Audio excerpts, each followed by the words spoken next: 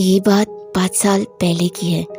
तब हमारे रूम में एक नई रूममेट आई थी जिसका नाम था माया। वो बहुत ही अजीब सी थी, ना किसी से ज़्यादा बात करती, ना कहीं बाहर ज़्यादा घूमने जाती। उसे देख ऐसा लगता था जैसे उसने अपनी ही एक अलग दुनिया बना ली हो। वो दिन शायद संडे का दिन था और उस दिन पहली बार उसने मुझसे बात की। हाय, मुझे तुम्हें कुछ बताना था। और उसके बाद जो कुछ उसने कहा वो बहुत ही अजीब था। आज अमावस है तो प्लीज़ आज की रात बाहर मत जाना, और अगर कोई आवाज़ भी आए तो बेड से उतरना मत। ऐसा कहकर वो अपने बेड पर गई। उस वक्त उसकी बात सुनकर मुझे तो हंसी आ रही थी, लेकिन मुझे ये नहीं पता था कि जो कुछ उसने कहा उसके पीछे इतना बड़ा सच छुपा था। दरअसल रात के कुछ 11:30 ही बजे होंगे और किसी की फुसफुसाहट मेरे कानों में गई। तभी मैंने देखा हमारे सामने के ही बेड पर वो लड़की बैठकर कुछ बड़बड़ाए जा रही थी।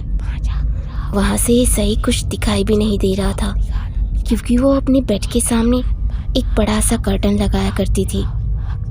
उसकी वो बातें सुन के ऐसा लग रहा था जैसे वो किसी को जगा रही हो।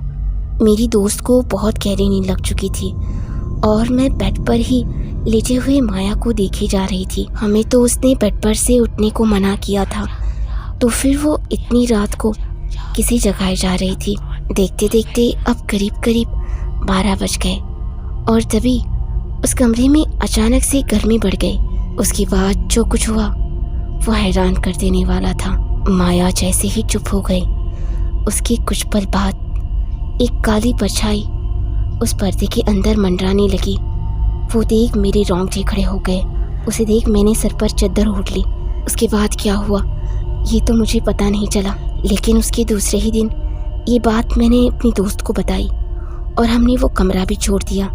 उसके 1 महीने बाद ही हमें उस लड़की के बारे में जो पता चला वो बहुत ही भयभीत करने वाला था। असल में माया को भूत प्रेत पर बहुत ही विश्वास था। वो बचपन में ही अपनी दादा दादी से भूत प्रेत की कहानियाँ सुन सुन के बड़ी हुई थी। उसका एक ही मकसद था कि उसे एक आत्मा को अपनी आंखों से देखना था, इसीलिए उसने हमारे कमरे को चुना था। उसे किसी ने कहा था कि कुछ सालों पहले ही उस कमरे में किसी की मौत हुई थी, इसीलिए वो उस कमरे में उस आत्मा को ढूंढने के लिए आई थी। और आखिर में उसने उस अमावस की रात को उस आत्मा को जगाया। आखिर में माया का मकसद तो पूरा हो गया, लेकिन कुछ दिनों बाद माया की भी मौत हो गई। वो किस वजह से हुई ये तो पता नहीं चल पाया, लेकिन शायद उसकी आत्मा भी उसी कमरे में अब भटक रही होगी। और क्या पता आगे कोई आए उसकी आत्मा को ढूंढने के लिए। आपसे रिक्वेस्ट है, प्लीज़ इस वीडियो को एक लाइक और एक कमेंट ज़रूर कीजिएगा। अगर आपके पास भी आपकी कोई कहानी हो तो उसे भी आप डिस्क्रिप्शन में दिए हुए ईमेल पर भेज सकते हैं।